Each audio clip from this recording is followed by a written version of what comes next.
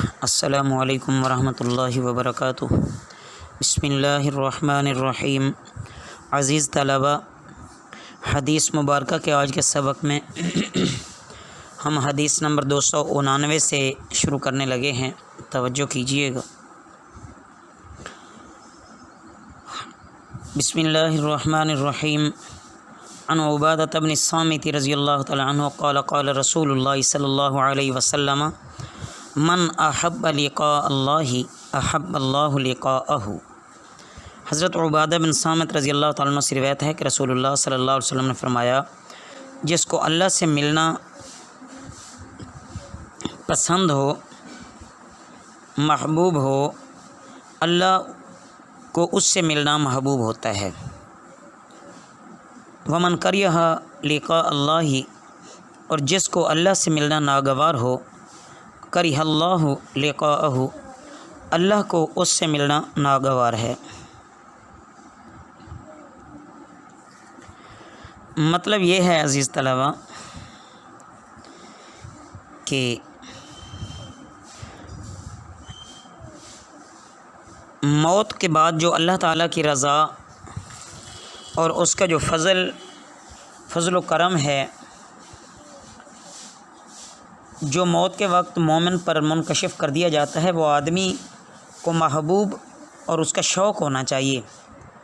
اور جس بندے کا یہ حال ہو کہ اللہ تعالیٰ اس سے محبت کرتا ہے اور اس سے ملنا اللہ تعالیٰ کو محبوب ہوتا ہے، اور جو اس کے برعکس ہو، یعنی بندہ اپنی بدعمالی اور بدبختی کی وجہ سے اللہ تعالیٰ کے غضب کا مستحق ہوتا ہے، تو موت کے وقت اس کے برے انجام پر اس کو مطلع کیا جاتا ہے۔ وہ اللہ تعالیٰ کے حضور جانا ہی نہیں چاہتا۔ عن عبداللہ بن عمرو رضی اللہ تعالی عنہ قال قال رسول اللہ صلی اللہ علیہ وسلم تحفۃ المؤمن الموت۔ حضرت عبداللہ بن عمر رضی اللہ تعالیٰ عنہ سے روایت ہے کہ رسول اللہ صلی اللہ علیہ وسلم نے ارشاد فرمایا کہ مومن کا تحفہ موت ہے۔ مطلب یہ ہے عزیز طلباء کہ موت کے بعد اللہ تعالیٰ کی جو عنایات اور جس طرح کا قرب خصوصی انسان کو حاصل ہوتا ہے جو مومن ہوتا ہے، تو لازمی بات ہے کہ اس کے لیے یہ موت تحفہ ہوتی ہے۔ عن ابی ہریرہ رضی اللہ تعالی عنہ قال قال رسول اللہ صلی اللہ علیہ وسلم لا یتمنى احدکم الموت اما محسنا۔ حضرت ابو ہریرہ رضی اللہ تعالیٰ عنہ سے روایت ہے کہ رسول اللہ صلی اللہ علیہ وسلم نے فرمایا، تم میں سے کوئی موت کی تمنا نہ کرے، تم میں سے کوئی موت کی تمنا نہ کرے اگر وہ نیکوکار ہے، فلعلہ ان یزداد خیرا واما مسیئا فلعلہ ان یستعتب۔ جب تک وہ زندہ رہے گا نیکیوں کے اس کے ذخیرے میں اضافہ ہوتا رہے گا، اور اگر اس کے اعمال خراب ہیں تو آئندہ زندگی میں وہ توبہ کر کے اللہ کو راضی کر لے۔ بس مطلب یہ ہے کہ موت کی تمنا نہیں کرنی چاہیے، لیکن موت کے لیے تیاری ضرور کرنی چاہیے۔ عن انس رضی اللہ تعالی عنہ قال قال رسول اللہ صلی اللہ علیہ وسلم۔ حضرت انس رضی اللہ تعالی عنہ سے روایت ہے کہ رسول اللہ صلی اللہ علیہ وسلم نے فرمایا، لا یتمنین احدکم الموت من ضر اصابہ۔ کہ حضرت انس رضی اللہ تعالیٰ عنہ سے روایت ہے کہ رسول اللہ صلی اللہ علیہ وسلم نے فرمایا، تم میں سے کوئی کسی دکھ کی وجہ سے موت کی تمنا نہ کرے،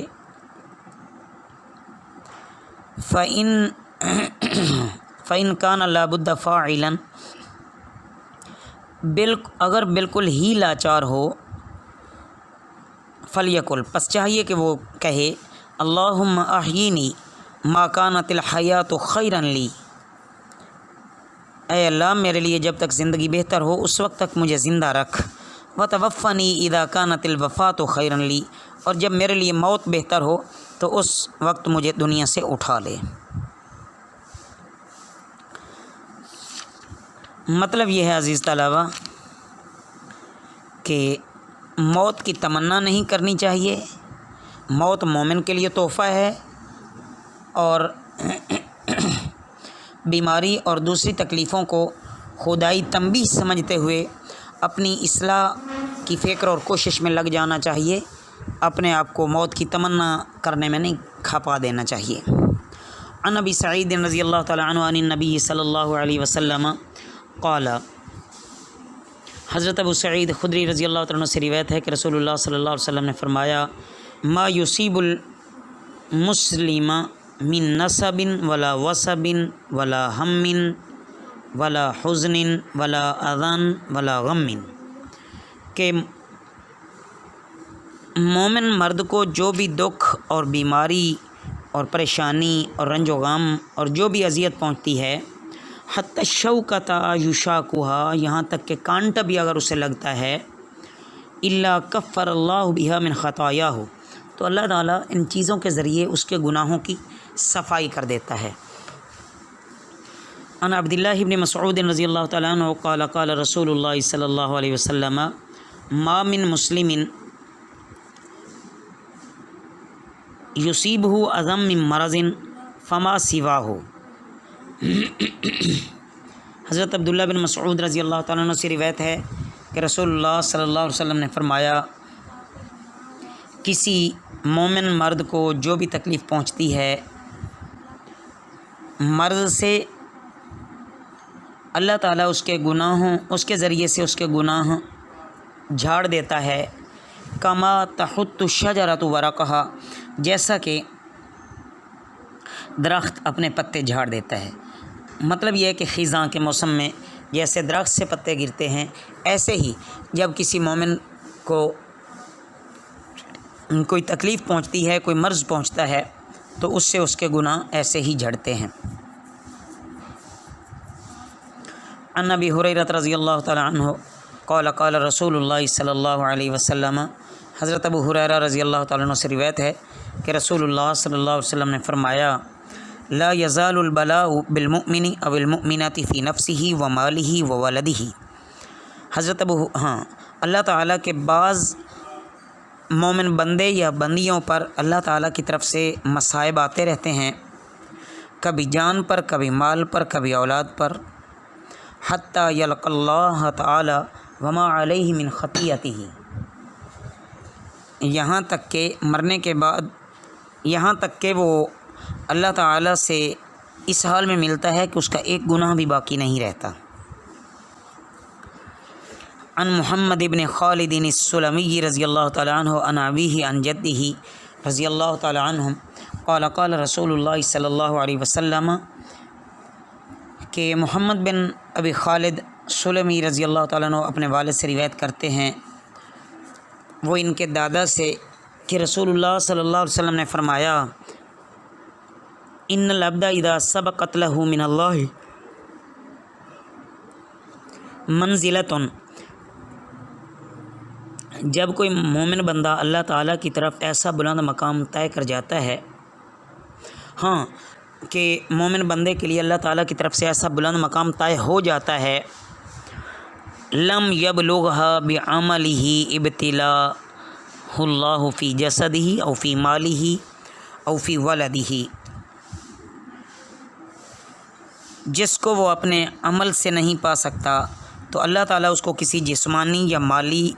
تکلیف یا اولاد کی طرف سے کسی صدمہ میں مبتلا کر دیتا ہے. ثم صبرہ، پھر اس کو صبر کی توفیق دیتا ہے،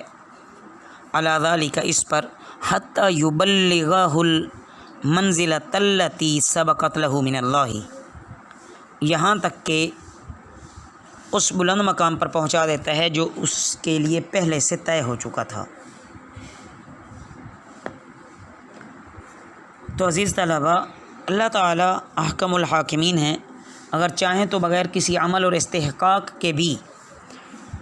اپنے بندے کو بلند سے بلند درجہ عطا فرما سکتے ہیں.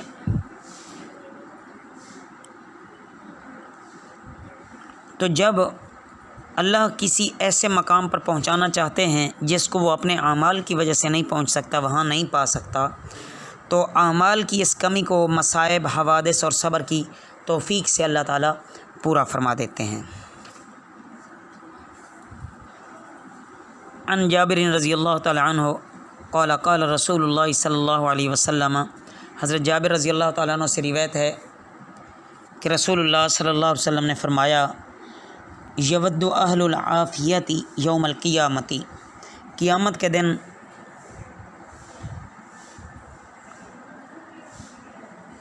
اہل عافیت حسرت کریں گے، حین یعطا اہل البلاء الثواب، جب مصیبت والوں کو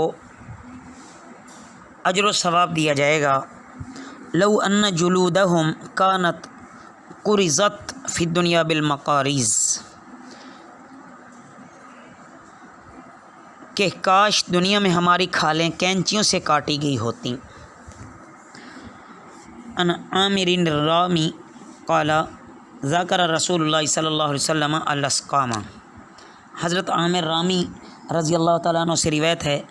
کہ رسول اللہ صلی اللہ علیہ وسلم نے ایک دفعہ بیماریوں کے بارے میں فرمایا، فقال ان المؤمن اذا اصابہ السقم، پس آپ صلی اللہ علیہ وسلم نے فرمایا کہ بے شک مومن کو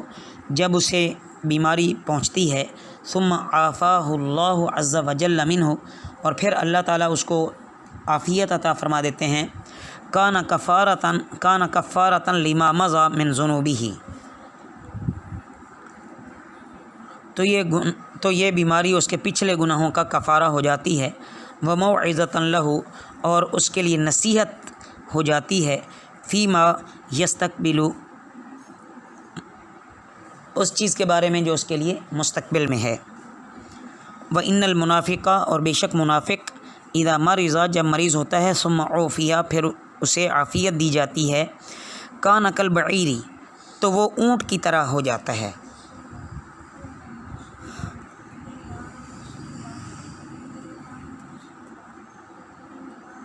جی، آقا لہو اہلہ، کہ اس کے مالک نے اسے باندھ دیا،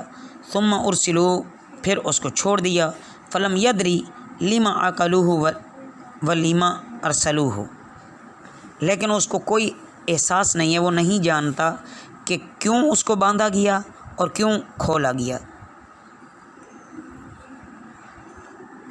تو عزیز طلبہ، مطلب یہی ہے، پیغام یہی ہے ان احادیث مبارکہ کا کہ بیماریوں اور دوسری تکلیفوں اور پریشانیوں میں صرف مصیبت کے وقت، یعنی صرف اور صرف اللہ تعالیٰ سے ہی توجہ کرنی چاہیے، اللہ تعالیٰ سے عافیت مانگنی چاہیے۔ اس میں صرف اللہ کی طرف سے کوئی مصیبت نہیں آتی، اللہ سے صحیح تعلق رکھنے والے بندوں کے لیے ان میں بڑی خیر اور رحمت کا بہت بڑا سامان ہوتا ہے، اور ان کے ذریعے گناہوں کی صفائی اور تطہیر ہوتی ہے، اللہ تعالیٰ کی خاص عنایات ہوتی ہیں اور بلند درجات ملتے ہیں، اعمال کی جو کمی ہوتی ہے وہ پوری ہو جاتی ہے، اور ان کے ذریعے سعادت مند بندوں کی مزید تربیت ہوتی ہے۔ اللہ رب العزت ہمیں ان احادیث کی حقیقی روح سمجھنے کی توفیق عطا فرمائیں۔ وما علینا الا البلاغ المبین۔